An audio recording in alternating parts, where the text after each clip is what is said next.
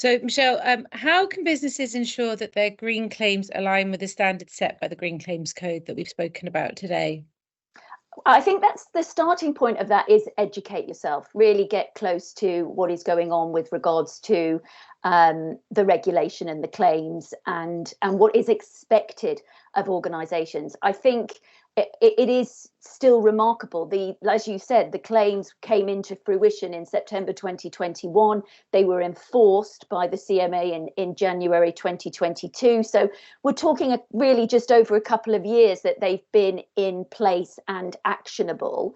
And so it's still kind of fertile territory for many organisations. But I am still flabbergasted when I'm speaking to CMOs and teams of senior marketers, and I'm talking to them about the Green Claims Code, and they do not know what I'm talking about. You know, they haven't heard of the code, they're not familiar with the code, and really there is a lot of resource that has been created in these codes, in these frameworks, to support marketers and communication professionals and organizations in making sure that they are communicating in a way that isn't going to risk reputational brand or damage relationships and trust, as we've been talking about, and of course get them into hot water with any financial penalties. And so the first thing is really understand the green claims, understand what they stand for. The Green Claims Code in the UK, there is a really useful, on the Competitions and Marketing Authority website, there is a really useful 13-point checklist. And that 13-point checklist really extends those 6 key points that you talked about just earlier, Kelly. And it's a really, really useful checklist.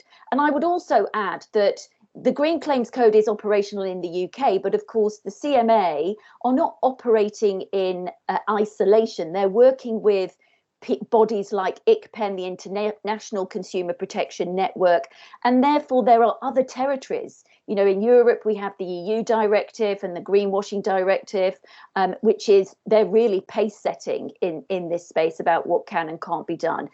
Over in the US, there are the green there's a green directive by the FTC, and they are just upgrading and revisiting their frameworks for the first time in a decade.